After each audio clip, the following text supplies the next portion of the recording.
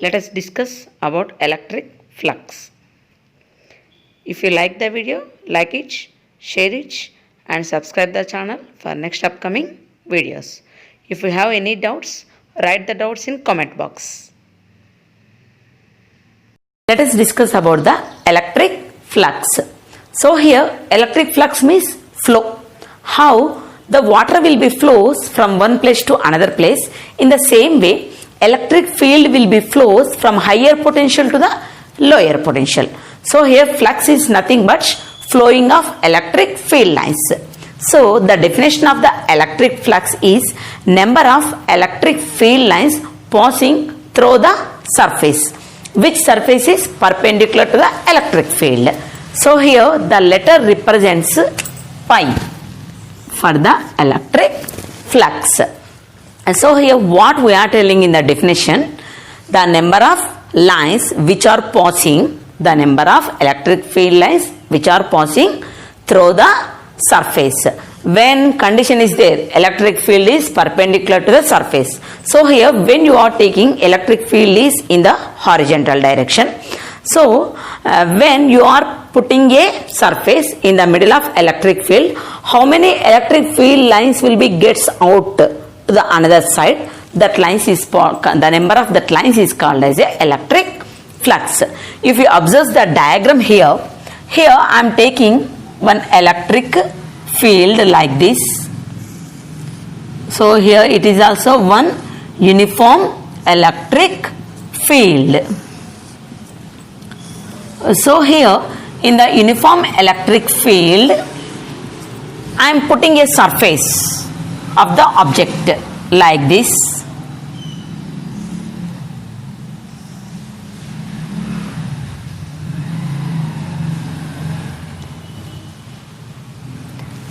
So here when I am putting a surface of the object here, once observe how many lines will be flowing from this surface. 1, 2, 3, 4, 5. So 5 lines are passing through the surface. So here this is the electric flux. So here from the surface you are observing the S. So if you observe where I am taking the another electric field here. So what you are observing in this both? Here this is the strong electric field and this is the weak electric field. Why? Because here passing of electric field lines are more. So here this is the strong electric field and here the weak electric field. Why? Because here only 4 lines are passing. That's why it is the weaker electric field. So in this also just I am keeping the same surface which occupies the same volume. In the same volume, but here passing of electric field lines are only 2. So in the above example, here 1, 2, 3, 4, 5 lines are passing in the surface. So which volume is occupied in the same object when you are keeping in this one second example, the electric field lines are passing only 2. So here it means the passing of electric field lines is depending upon the volume of the surface and depending upon the electric field. So here a relation is there between the 3 concepts. So what are those? N, S, E. So here what is the relation? Here always N by S is directly proportional to the E. So here what is this? N means number of passing of electric field lines and S means surface of the object, volume surface of the object, and E means electric field. So here by this equation we will get N is directly proportional to the E dot S. So here this E dot S is called as a electric flux pi. Why? Because this is a N number of lines. The number of lines which are passing through the surface, that is called as a flux. So that's why we will get pi is equal to E dot ds. So here this is the scalar quantity, we have to write the E over S bar. And here one more observe you will. Here I am taking this strong electric field. Just I am putting the another field. And here I am taking a small part in the surface of the object which is called as a delta S.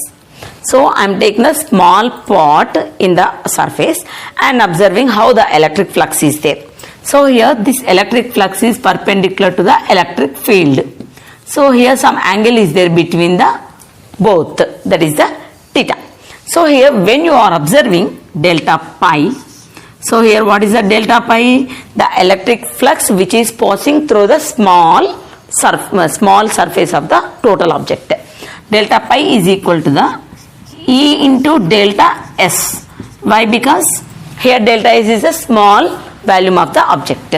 So here A dot B, it is a dot product. So A dot B is called AB cos theta. Directly we will get E delta S into cos theta. So here at the both sides I am taking the integration part. Then what happens? Here pi is equal to E is the constant and cos theta is the constant, integration of delta S. So here we will get E cos theta into, by the integration formulas we will get S. Why? Because integration of delta x is equal to the x. So here at the finally what we get? Pi is equal to E S cos theta. So here from the smaller object, here we are getting the electric flux E S cos theta.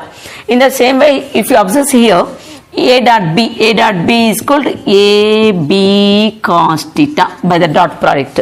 So simply we are getting that one only by the both proof. So here if you observe first case, if theta is equal 0 degrees, then what happens? So what is the meaning of theta is equal 0 degrees? There is no angle is there. So it means if surface is kept in like this, so it is a horizontal like this. Then what happens? Cos 0. So here cos 0 is the 1. So that's why you will be get pi is equal to ES. So here we will get maximum value. And next, if theta is equal to 90 degrees, then what happens? Cos 90 is the 0. So then we will get pi is equal to 0. So it is the minimum value. So it means 90 degrees. It is a perpendicular. So when the perpendicular will be there exact, then automatically it will be gets the electric flux is 0. And next, if you observe theta is equal to 60 degrees. So here then what happens?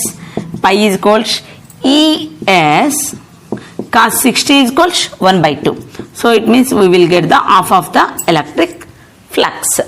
So here about depending upon this the angles between the surface and the electric field. So here this is about the electric flux. Once again, the definition of the electric flux is number of electric field lines passing through a surface of the object when surface is perpendicular to the electric field.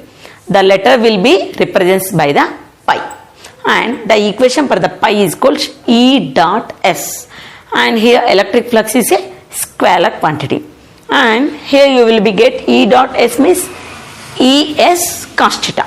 So here this is about the electric flux.